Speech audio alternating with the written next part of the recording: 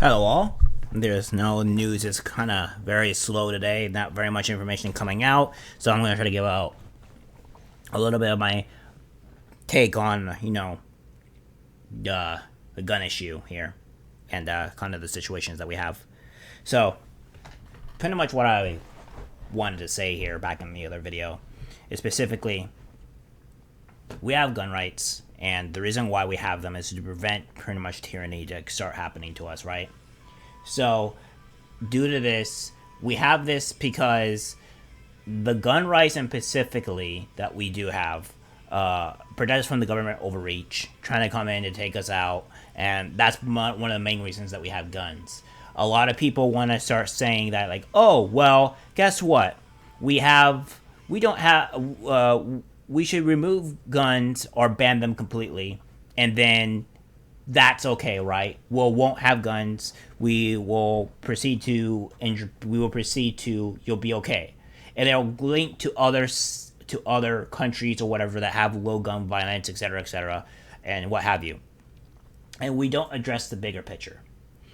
And what I have noticed over the years, and I have done extensive research on some of this, is that a lot of the mass shooters are technically white people. Now, I'm not making this as a racist statement, and I'm not saying this as anything to be racist, but I'm making this to make a point. And this is my assumption and my opinion onto why I think this is. Hear me out.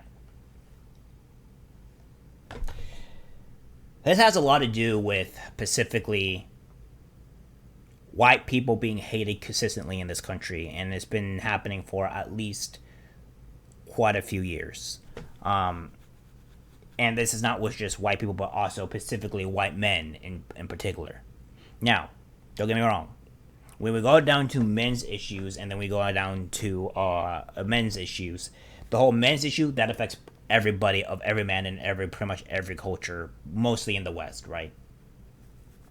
But these are the issues that we do face, right? These are the problems that we have. Now, with white people in particular, and I would say white men, is that they get the full force. Because for right now, whatever reason, black people can't do no wrong, and we're mostly protected. It's a-okay. There's nothing wrong with black people, etc., etc., etc. So black people, they don't get as much as the horrible vitriol and the hate that's going upon them. The black men specifically only get, well, they get to whatever they don't get as much hate as the white men do. It's just they just get the hate that just for being a man. That's what they get. But white men, they get all the hate of being men, white, and being a white man, and this complete vitriol of saying white privilege this and all that has a toll on people. And a lot of things is that sometimes that these people that have these issues are either bullied or what have you, and this causes issues into our society that leads to these drastic outcomes. Now, if we go back in the 1950s, 60s, 70s, and even 80s, we didn't have these mass shootings. We didn't have these horrible problems. This was practically non-existent.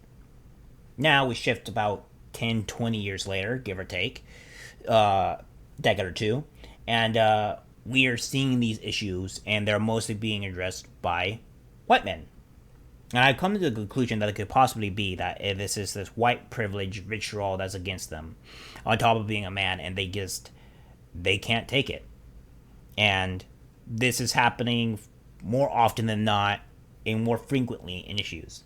And what I'm seeing here is that the age between some of these killings or some of these mass shootings are actually lowering, not increasing, in terms of age, right? So, you used to have like 30s, maybe sometimes 40s. In between there, I would say, and do the mass shootings, right? Well, now we're getting younger. Very young. The last two mass shootings, 18. Kind of unheard of, right? Yeah, we had the Columbine, which is those two kids in our high school, right? But what I'm seeing here is that maybe we are not looking at to the fact that on what kind of damage we're doing to white people and then specifically white men, because when you go to school and they have these very far left things going after people, and again white people are mostly affected by this, is that you go through life, majority of it, you're white, you're terrible, nobody likes you, you're a man, you're misogynist, etc. All this hate unto men in particular, right? White men.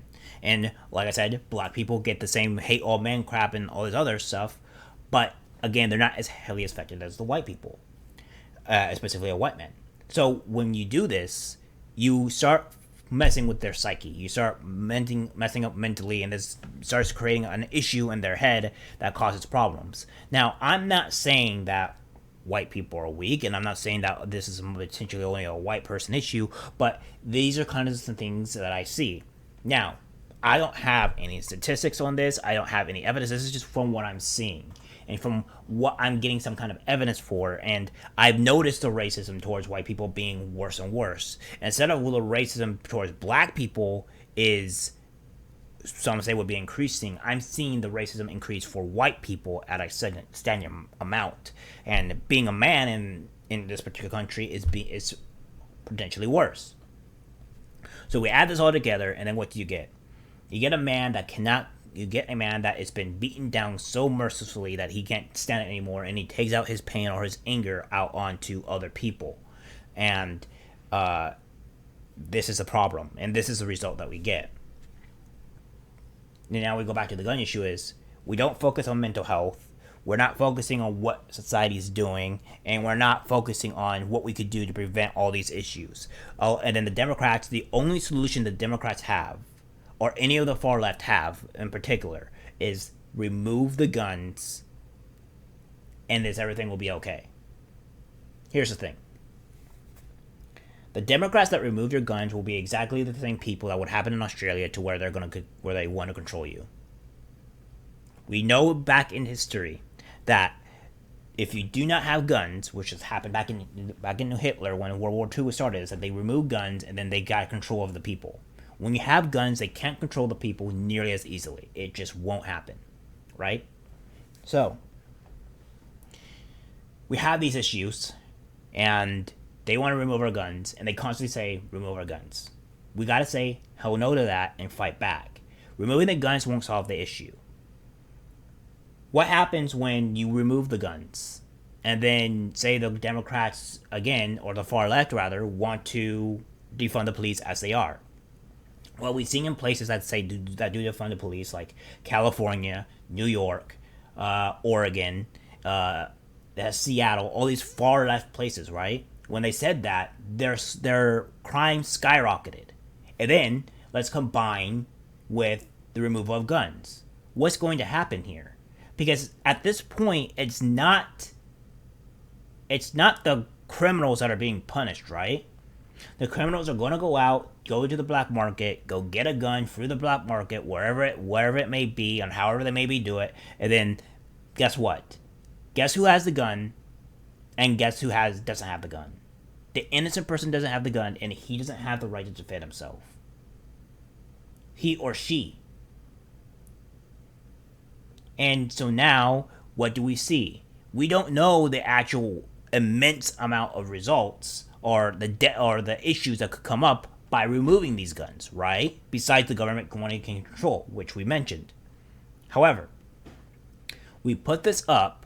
This is different because America is pretty much the king country of guns, right? So let's put it in this perspective. Say, for instance, we do remove the guns. Okay, so we remove the guns, and then the criminals go out and they go and shoot people anyways. The cycle still continues. If worst case scenario, it increases, right? It increases. So what do you do now? You can't say more gun control because you removed the guns already, right? And by this time, there is so much more crime happening, and the only thing that's happening is that there's just death and chaos. There is no order. You defunded the police are not there to help you. You can't defend yourself because your guns are removed. What do? As a law-abiding citizen, what do? You can't stop this person. If this person is holding you at gunpoint, you can't really do anything because what else can you do? They're just gonna either shoot you or they're just not, or they can just do whatever. Say a person's holding one of your friends at hostage, or your girlfriend, or whatever, and they're holding you at hostage as a gun. You don't have a gun to defend yourself. Of course, these are extreme examples, right? Of course, so understandably, these are extreme examples. But let's put this in perspective. They're holding your girlfriend at you and your girlfriend at gunpoint. You have a gun to defend yourself. They rape your girlfriend, or potentially want to kill you. Again, extreme examples. I understand. But this is the reality that you would be facing. You want to defend your family? You can't, because the people that have guns are going to come in and shoot you, and you can't defend yourself. You have no ability to defend yourself because they're going to go in and shoot you, right? You can't defend yourself. So we're going to play this little game of see what happens when you remove the guns of people and then see how much crime, or take the risk of how much crime happens. I don't want to play that game. At all, period. We all think that you guys are being compassionate or caring. You're not. You're actively hurting people by trying to defend themselves. If that's the case, then why don't we just remove cars? Because a lot of people die in cars, right? A good example, the one guy that did it in Wisconsin, that drove through so many people and injured so many people, killed people, and we're not going to classify that as a weapon. Why exactly? Because technically, in theory, you can do so much more damage in a car. You can go 80, 100 miles per hour, plow through people, pretty much almost instantly killing them, and you want to be able to do anything.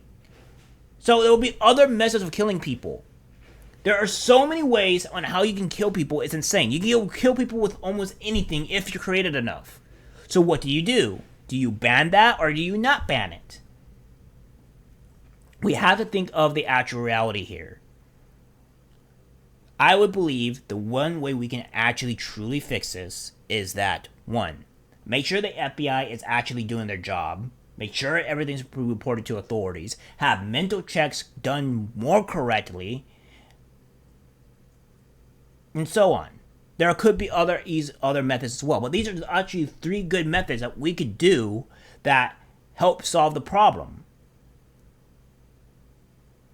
Oh, so do you want your it's like, oh, so you want your school to be a military ground? I've been to schools like that. It felt like I was in a prison. Trust me, I've been in a school like that. I've been in a school to where wearing certain colors, they would assume that you would be a part of a gang member, and you couldn't wear these certain colors like red and blue because they would assume that you would be a gang member. I've been in a school where 6 fights happen out in one day. So again, what does it solve exactly? The colors didn't solve anything from those 6 fights from happening. So what do? And there's part of the reason why the school is like that. The school's like that because there's probably a lot of gangs in that Pacific City or whatever. And that's one way to combat it, but the church didn't do anything. We have to start realizing on what some of the consequences that we do and some of the things that we do would have to other people. I don't believe removing the rights for people to defend themselves. I do not believe in that. I believe there will be a lot of catastrophe, and I think America is a completely different country than people really realize. We have 330 plus million people in this country. 330 million. And I would say a majority are law-abiding citizens that are not going to hurt people. But then you're going to have this percentage of people that are. So what do we do? And tell me, what do you do when somebody goes up to gunpoint and wants to kill you? Has anybody realized the actual catastrophe of what would happen? So I know what to say to you guys. You guys want to say remove guns. Be true to your authoritarianism. Some people even said some people even would go far as to say, oh, let's remove go as far as to say, oh, let's remove body armor. Okay, so majority of people don't use body armor. This comes to a time to where reality needs to hit people in the face. And the only way it's going to hit people in the face is by, well, do as they're told, I guess. But I don't agree. I agree with Texas that they need to do something else to prevent it. There's a lot of ways to prevent things. We just got to do it. Alright guys, that's it for the video. Like, subscribe, and share. And I'll see you in the next one. Take care.